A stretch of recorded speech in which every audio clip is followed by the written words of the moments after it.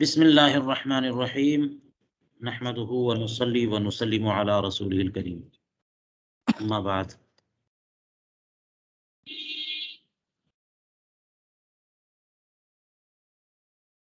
الاشباہ والنظائر حصۃ القواعد کی نوع ثانی کا درس جاری ہے اور 10واں قاعدہ نوع ثانی کا 10واں قاعدہ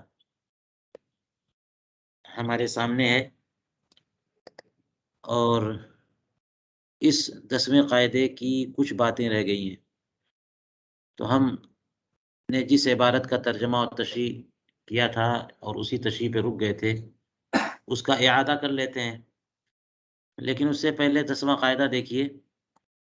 10واں قاعدہ استحضار کے لیے آپ دیکھ لیں، فرمایا الخراج بالضمان، رسول کریم علیہ الصلوۃ والسلام کا ارشاد گرامی ہے، الخراج بالضمان، خراج یعنی آمدنی، انکم، فائدہ، ثمر، منفعت، یہ ضمان کے عوض ہے۔ رسول کریم علیہ الصلوۃ والسلام کی حدیث پاک ہے، اس لیے اس کا حاصل یہ نکلا کہ اگر کوئی مشتری غلام کو خرید لیتا ہے، کوئی گاڑی، گھر خرید لیتا ہے اور خریدنے کے بعد جب قبضہ بھی ہو جائے اور اس مبی کو استعمال کرنا شروع کر دے تو اس سے کچھ اضافے، کچھ منفعت حاصل آئے اس کو، جو کہ زیادت متصلہ کی حیثیت نہ رکھتا ہو، تو وہ مشتری کا ہے، یعنی اس کے بعد اگر اس مبی میں کوئی عیب نکل گیا اور مشتری نے اسے مالک کو یعنی بائع کو لوٹا دیا تو وہ منفعت نہیں لوٹانی ہے، وہ زیادت جو ہے وہ نہیں لوٹانی ہے۔ یہ جو فائدہ ہوا ہے یہ اس عوض میں ہے کہ جتنے دنوں تک وہ مال اس کے پاس رہا ہے نا، اتنے دنوں تک اس کے ضمان میں رہا نا، رزق اسی کے ذمے تھا، اسی کے اوپر رزق تھا، تو اس کا کوئی فائدہ نہیں ملے گا، اسی کا فائدہ ہے وہ۔ کئی جزیات آپ نے دیکھ لیے اور اس کو اچھی طرح سمجھ بھی چکے، اور اس پر دو سوالات اور دونوں کے جوابات گزر چکے۔ جی، اب اس کے بعد یہاں پر یہ فرمایا کہ حضرت امام ابو یوسف اور امام محمد ابن حسن شیبانی علیہم الرحمہ، انہوں نے کیا فرمایا کہ اصیل جب دین کفیل کے حوالے کر دے، یعنی دائن کو دینے کے بجائے دین کس کو دے دے؟ کفیل کو دے دے، اور قبل اس کے کہ کفیل نے اصیل کی طرف سے ادا کیا ہو، تو اب یہ مال تو لگتا ہے کہ امانت ہے اس کے پاس، کس کے پاس؟ کفیل کے پاس۔ تو امانت کے طور پہ یا جس طور پر بھی اس کفیل کے پاس وہ پیسہ یا وہ سامان رکھا ہوا تھا اور اس میں زیادت ہو گئی، اس سے کچھ انکم ہو گئی، فائدہ ہو گیا، تو کیا کفیل کے لیے وہ فائدہ حلال ہے؟ فربح الکفیل فیہ وکان مما یتعین ان الربح یطیب له، اگر وہ متعینات کی قبیل سے ہے تو ربح جو ہے وہ کیا ہے؟ حلال ہے۔ ایک تو یہ کہ متعین ہونے کی وجہ سے، نقود کا معاملہ ہوتا ہے، نقود متعین نہیں ہوتے اور عروض متعین ہوتے ہیں، جو سامان ہوتا ہے وہ کیا ہوتا ہے؟ اس سے اگر کوئی پروفٹ ہوا ہے تو وہ پروفٹ اس کے لیے حلال ہے، یطیب له، کیونکہ آپ دیکھ لیجئے کفیل مطالب بھی ہوتا ہے نا، محض امین نہیں ہے۔ آپ نے کفالت کے بیان میں پڑھ لیا کہ جو کفالت کرے گا، کفیل بنے گا، تو جو دائن ہے وہ اصیل سے بھی مطالبہ کر سکتا ہے اور کفیل سے بھی مطالبہ کر سکتا ہے، تو کفیل تو مطالب ہوا نا، بات سمجھ میں آئی؟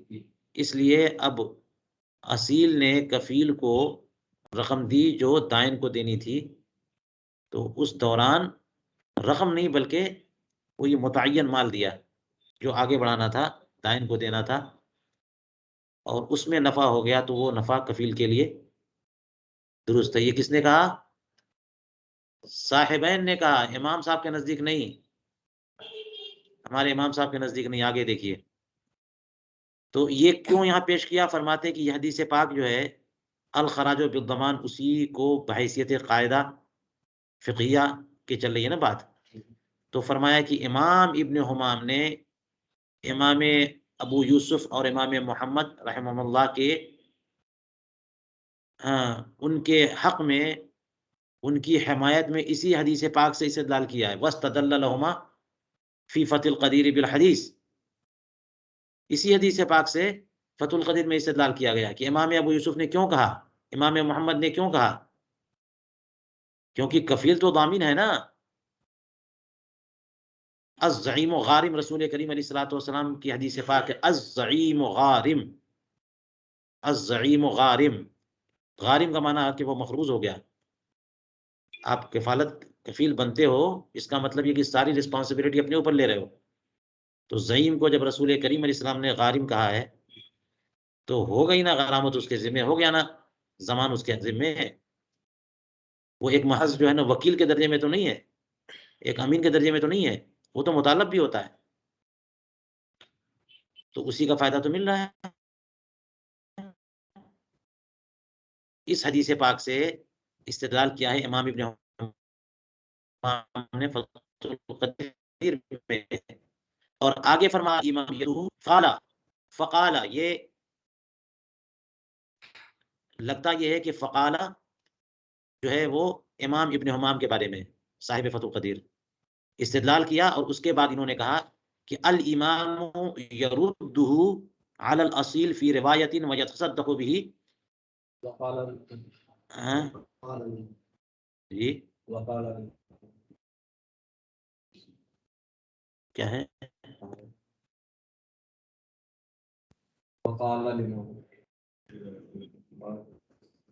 وقال يرده،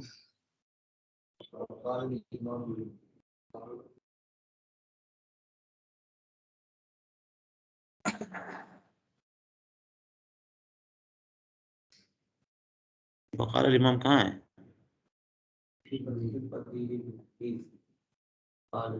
فقال الامام نہ ہے، وقال الامام، یہاں پہ فقال الامام ہے دونوں میں، اور غمز العیون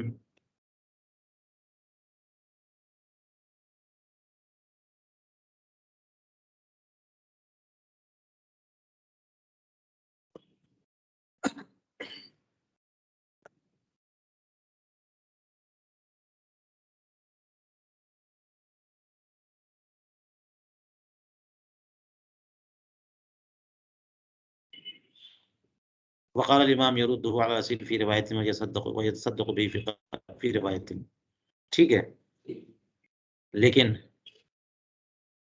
اس کو فقالہ پڑھیے یا وقالہ پڑھیے، اور ہم نے ایک فقالہ کی تقدیر پہ کہا کہ یہ جو ہے وہ امام ابن حمام کے بارے میں، اور وقالہ پڑھیے تو یاد ہو گیا اوپر وقالہ ابو یوسف ہے نا، کہ امام ابو یوسف اور امام محمد نے یہ فرمایا اور ہمارے امام صاحب نے یہ فرمایا، تو ہمارے امام صاحب کیا فرما رہے ہیں؟ یردہ علی الاصیل فی روایت ویتصدق به فی روایت، کہ سے اصیل پر لوٹا دے گا ایک روایت کے مطابق، اور اس کو صدقہ کر دے گا دوسری روایت کے مطابق۔ امام صاحب کے نزدیک دو روایتیں ہیں، ہمارے امام صاحب سے دو روایتیں، ایک یہ کہ اصیل کو دے دے گا، اور دوسرا ہے کہ چلیے، تو اس کا حاصل کیا نکلا کہ آپ دیکھیے فقال الامام یا وقال الامام، بات یہ ہے کہ صاحبین کے نزدیک صاحبین نے تو یہ کہہ دیا کہ ان الربح یطیب لہ، اور امام صاحب فرما رہے ہیں کہ وہ نفع جو ہے اصیل کو دے دے گا۔ دوسرا قول کیا ہے؟ تصدق کرے گا۔ اس کا مطلب یہ ہوا کہ امام صاحب کے نزدیک کی دو روایتیں، ایک یہ کہ ملکیت ثابت ہی نہیں ہوگی، دوسری کا مطلب یہ ہے جو ہمارے ذہن میں آ رہا ہے کہ ملکیت ثابت تو ہوگی لیکن یہ ملک خبیث ہے، اور ملک خبیث کو اپنے اوپر استعمال کرنا حرام ہے، جائز نہیں ہے، اس لیے کیا کر دے گا وہ ملکی خبیث ضروری نہیں ہے کہ اس کو پورا اصل مالک کو لوٹا دیا جائے، یعنی بائے کو لوٹا دیا جائے، کیونکہ ملکیت ثابت ہو چکی، لیکن ملک خبیث ہے، اس لیے براءت ذمہ کے طور پہ صدقہ کر دے۔ اور پہلا قول کیا ہے امام صاحب کا؟ تو کیا کر دے؟ جہاں جس سے لیا تو اسی کو واپس کرے۔ اور صاحبین یہ فرماتے ہیں کہ ملکیت ثابت بھی ہو گئی اور ملکیت خبیث بھی نہیں ہے، ملکیت خبیثہ بھی نہیں ہے، پھر کیا ہے؟ طیب ہے بالکل۔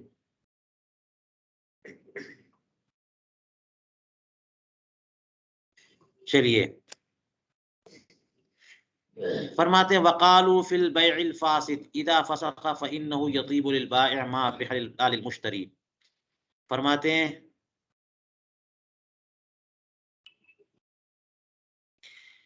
بیع فاسد میں ان تمام حضرات نے فرمایا، صاحبین نے بھی اور امام اعظم ابو حنیفہ نے بھی رحمہ اللہ، کہ بیع فاسد میں جب بیع فاسد فسخ ہو جائے تو بائع کے لیے وہ نفع طیب ہے لیکن مشتری کے لیے طیب نہیں ہے۔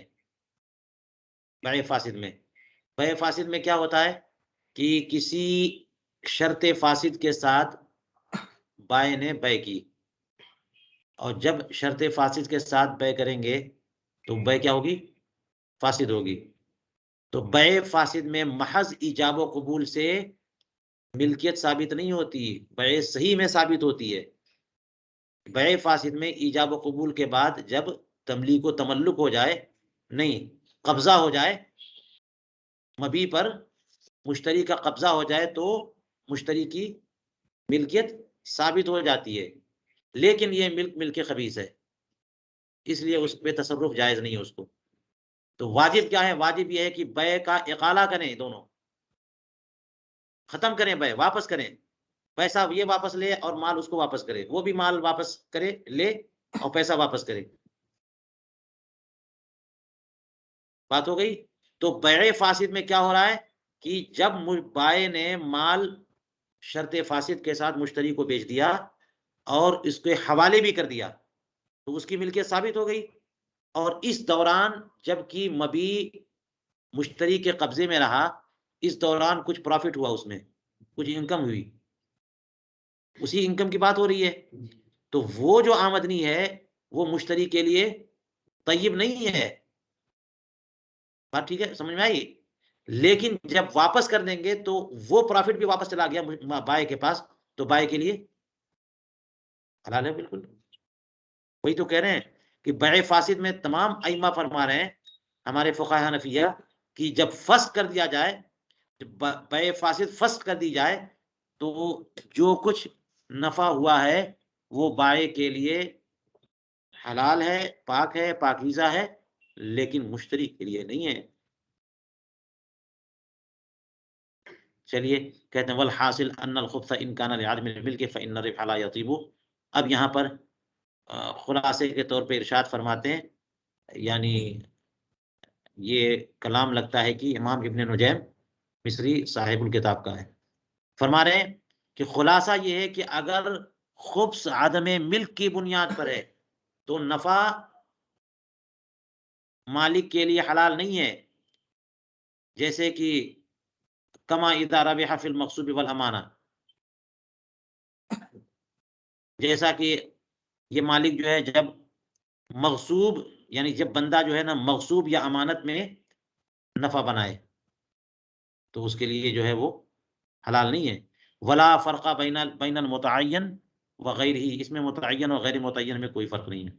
وَإِنْ كَانَ لِفَسَادِ الْمِلْكِ طَابَ فِيمَا لَا يَتَعَيَّنُ لَا فِيمَا يَتَعَيَّنُ، اور اگر یہ خبث فساد ملک کی بنیاد پر ہے تو جو کچھ اس مال مملوک سے نفع اور خراج حاصل ہوگا وہ متعینات، وہ غیر متعینات میں تو طیب ہے. طاب فیما لا یتعین، لا فیما یتعین، متعین اموال میں طیب نہیں ہے. تو یہاں پر متعین غیر متعین کا فرق ہے. اوپر کیا بتایا تھا کہ متعین غیر متعین کا فرق نہیں ہے، اور یہاں پر یہ کہ متعین غیر متعین کا فرق ہے. اس کا مطلب کیا ہوا کہ خبث جو ہے نا اس کی علت دو ہو سکتی ہے، یا تو عدم ملک اور یا فساد ملک. عدم ملک کا مطلب بے بالکل باطل ہے. بے جو باطل ہوتی ہے اس کا وجود ہی نہیں ہوتا سرے سے. تو مال بائے کی ملکیت سے نکلا نہیں، مشتری کی ملک میں داخل ہوا نہیں، بے کچھ نہیں ہے، کچھ نہیں ہے، ختم. اور فساد ملک کیا؟ بے فاسد، بے کا وجود ہو جاتا ہے، بے کا وجود ہو جاتا ہے. قبضہ اگر بائے نے دے دیا تو مال اس کی ملکیت سے نکل جاتا ہے، مشتری کی ملکیت میں داخل ہو جاتا ہے. لیکن یہ ملکیت جو ہے نا فاسد ہے، یہ ملکیت خبیث ہے. کیوں؟ اس لیے کہ یہاں پہ فساد ملک ہے، عدم ملک نہیں ہے. تو اگر خبث عدم ملک کی بنیاد پر ہے، جیسے چوری کر لیا کسی نے مال کسی کا، تو وہ مال مسروق کا مالک ہو گیا؟ نہیں ہوا نا، بالکل مالک نہیں ہوا. تو اب اس سے کوئی انکم ہوئی تو یہاں پہ کہتے ہیں کہ وہ جو آمدنی ہوئی ہے وہ کسی طرح اس کے لیے حلال نہیں ہے. اس میں متعین غیر متعین کا فرق ہی نہیں ہے. الخبث ان کان لعدم الملک فإن الربح لا یطیب. اس کی مثال کیا دی ہے؟ جیسے کہ اس نے نفع بنایا کس میں؟ مغصوب میں یا امانت میں. اور یہاں پر متعین اور غیر متعین کا کوئی فرق نہیں ہے. لیکن اگر خبث فساد ملک کی بنیاد پر ہے تو غیر متعین میں تو طابہ، غیر متعین میں تو حلال ہے، متعین میں حلال نہیں ہے. پیسے وغیرہ ہیں، اگر دراہیم و دنانیر ہے، نقود ہیں، تو کیا ضروری ہے کہ اسی کے مال سے ہے؟ کسی اور مال پہ معمول کر لیجیے، اس کا اپنا مال ہے کیونکہ متعین نہیں ہے. لیکن متعین میں یہ حلال نہیں ہے. فرماتے ہیں ذکرہ الزیلعی فی باب البیع الفاسد. امام زیلعی، فخر الدین زیلعی رحمہ اللہ نے باب بیع فاسد میں اس کا ذکر کیا ہے.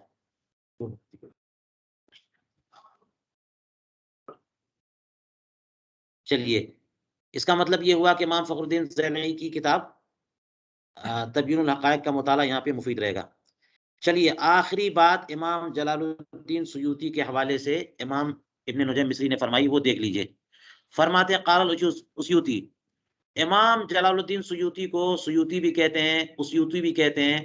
یہ ڈیپینڈ کرتا ہے کہ وہ جو جس علاقے کے رہنے والے تھے اس کے بارے میں بھی لغتیں مختلف ہوتی ہیں نا.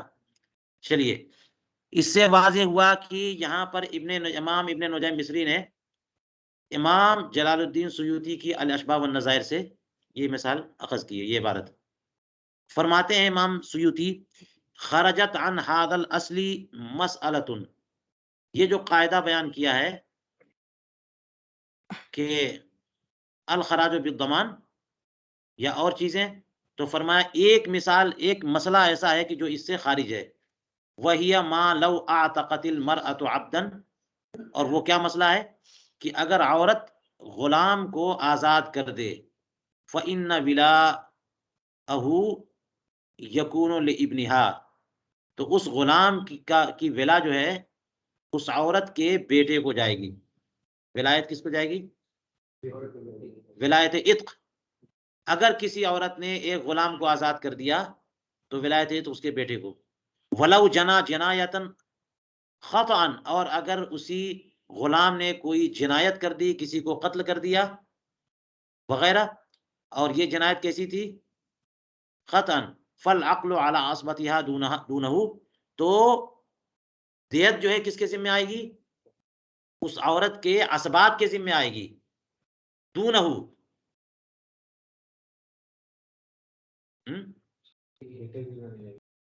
بیٹے کے علاوہ، بیٹے کے علاوہ باقی اس کے اسبات ہیں ان کے ذمہ آئے گی۔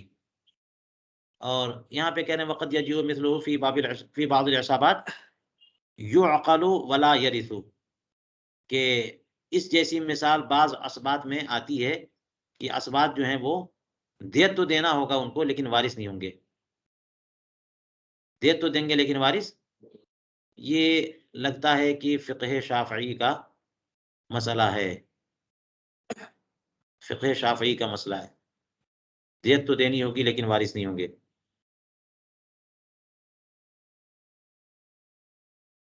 کیونکہ یہاں پر ولایت جو ہے نا اس کے بیٹے کو جا رہی ہے تو وارث ہوگا وہ، لیکن دیت کون دے رہا ہے؟ باقی اسبات کو، جو باقی اسبات ہیں ان کو وارث نہیں ہوں گے، وارث ہوگا بیٹا، دیت دیں گے باقی لوگ۔ بات سمجھ میں آئی؟ اور یہ فرمایا کہ یہاں عورت نے اگر غلام کو آزاد کیا تو اس کی ولایت، آپ نے پڑھ لیا میراث کے فن میں کہ عورت وارث نہیں ہوتی ولا کی سوائے اس صورت کے کہ جب عورت خود غلام کو آزاد کرے، جس کی تفصیل میں حضرت بریرہ رضی اللہ تعالیٰ عنہ کا واقعہ میں نے پورا تفصیل سے بتایا تھا، اور حدیث پاک کا حوالہ دیا کہ رسول کریم علیہ السلام فرماتے ہیں کہ عورت وارث نہیں ہوتی ولا کی مگر یہ کہ جو خود وہ آزاد کرے۔ سمجھ میں آئی؟ تو یہاں پر عورت خود آزاد کرے گی تو ولایت اسی کو ملے گی ہمارے یہاں پہ یہ فرمایا کہ اس کے بیٹے کو۔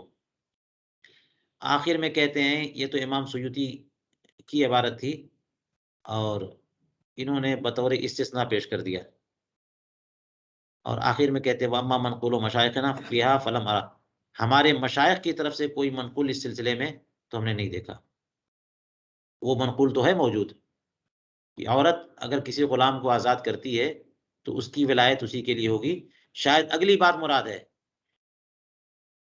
کہ یہاں پر جو ہے اس کا بیٹا ولی عتق ہوتا ہے، ولایت عتق اس کو ملتی ہے لیکن دیت اس کے اوپر نہیں ہے۔ چلیے یہاں پر ہم درس روکتے ہیں اور اس کے بعد جو ہے دوسری لنک تیار کرتے ہیں۔